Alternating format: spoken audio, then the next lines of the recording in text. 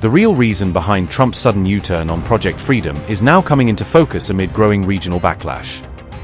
Reports suggest the Hormuz escort mission may have caught key U.S. Gulf allies completely off guard.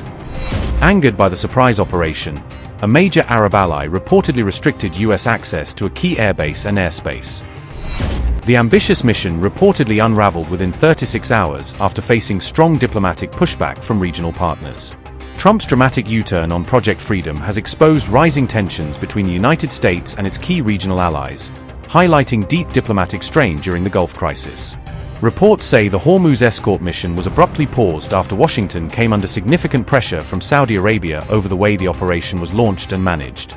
Project Freedom had been designed to secure and protect commercial vessels passing through the Strait of Hormuz, one of the world's most strategically vital shipping routes. The move reportedly caught several Gulf allies off guard, particularly senior leadership in Saudi Arabia, who were not fully briefed before the public announcement. Officials said Riyadh was angered by the sudden rollout of the operation, arguing that it lacked proper coordination and consultation with key regional partners. Saudi Arabia then informed Washington that it would restrict U.S. military access linked to the mission, escalating the diplomatic tensions between the allies. The kingdom reportedly went further by blocking the use of Prince Sultan Airbase and denying U.S. aircraft access to Saudi airspace for the operation. That base plays a crucial role for U.S. military operations in the region, hosting fighter jets, refueling tankers, and advanced air defense systems. These restrictions created serious operational difficulties for the U.S. military, disrupting planned movements and limiting support capabilities during the unfolding mission.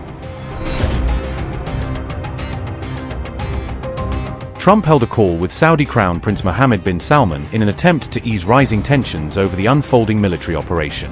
However, the conversation reportedly failed to resolve key disagreements between Washington and Riyadh regarding the conduct of Project Freedom.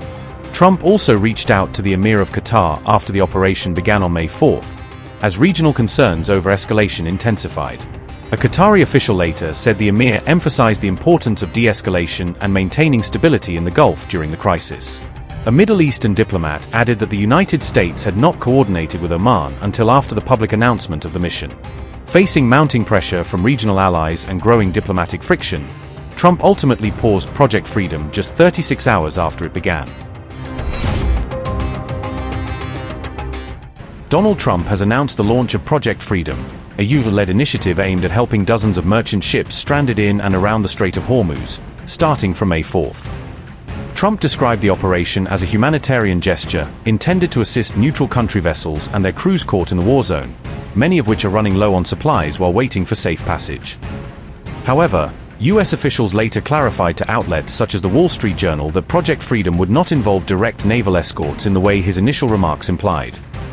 Instead, the White House outlined the creation of a maritime coordination cell that will identify and share safe routes through the strait, clear of mines and high-risk areas, while coordinating with commercial shipping lines and allied navies. This signals a more limited, advisory role for the U.S. military than the image of warships physically shepherding tankers through the choke point that Trump's announcement initially suggested. Donald Trump said, and I quote, "For the good of Iran, the Middle East, and the United States, we have told these countries that we will guide their ships safely out of these restricted waterways, so that they can freely and ably get on with their business. Many of these ships are running low on food, and everything else necessary for large-scale crews to stay on board in a healthy and sanitary manner." Unquote.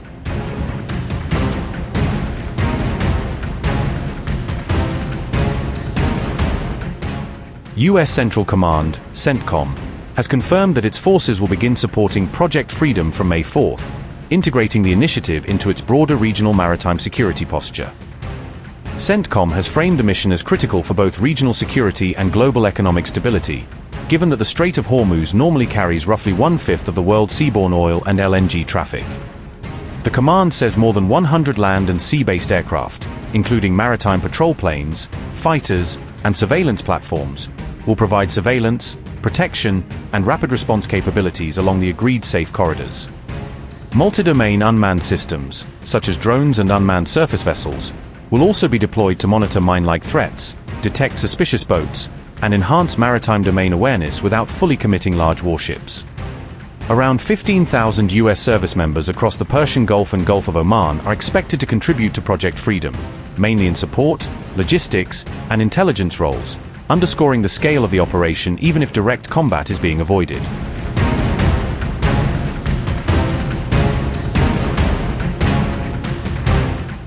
Meanwhile, Iran has warned that any US intervention in the Strait of Hormuz could be interpreted as a violation of the ceasefire framework, escalating diplomatic and military tensions.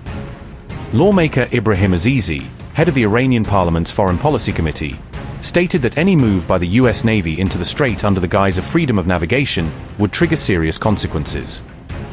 Ibrahim Azizi said, and I quote, "Any American interference in the new maritime regime of the Strait of Hormuz will be considered a violation of the ceasefire. The Strait of Hormuz and the Persian Gulf would not be managed by Trump's delusional posts. No one would believe blame game scenarios." Unquote.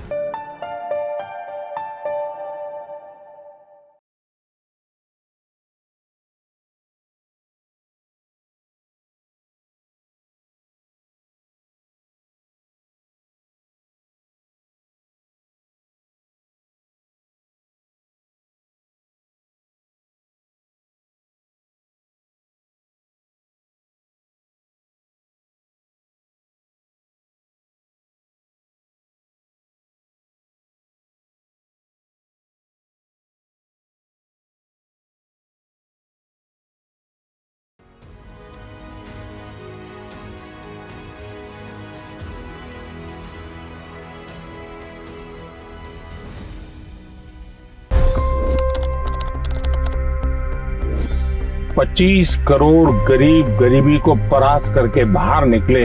For the good of our nation, let's work together and let's truly make America great again. The fastest news breaks. Requested PM saying that look, you will have to speak to Putin and to Zelensky. The biggest newsmakers. The relationship with India is probably the most important bilateral relationship the US will have for the rest of this century. The capital delivered quite an election result today. Expert analysis. The million-dollar question today is how to stop this dance of death. Ground reports. I'm standing at the crossroad of the Kumbh Mela. Behind me are more than 100 entry ghats. Long-form interviews. Exclusionary politics is reflected in Manipur case as well. You don't bother because this is a small state. Deep dive into burning issues. It's often said DRC could be the richest country in the whole world. It's because of what sits underneath. Why exactly did the US topple the Sheikh Hasina government? HD videos. We don't just break news, we break it down.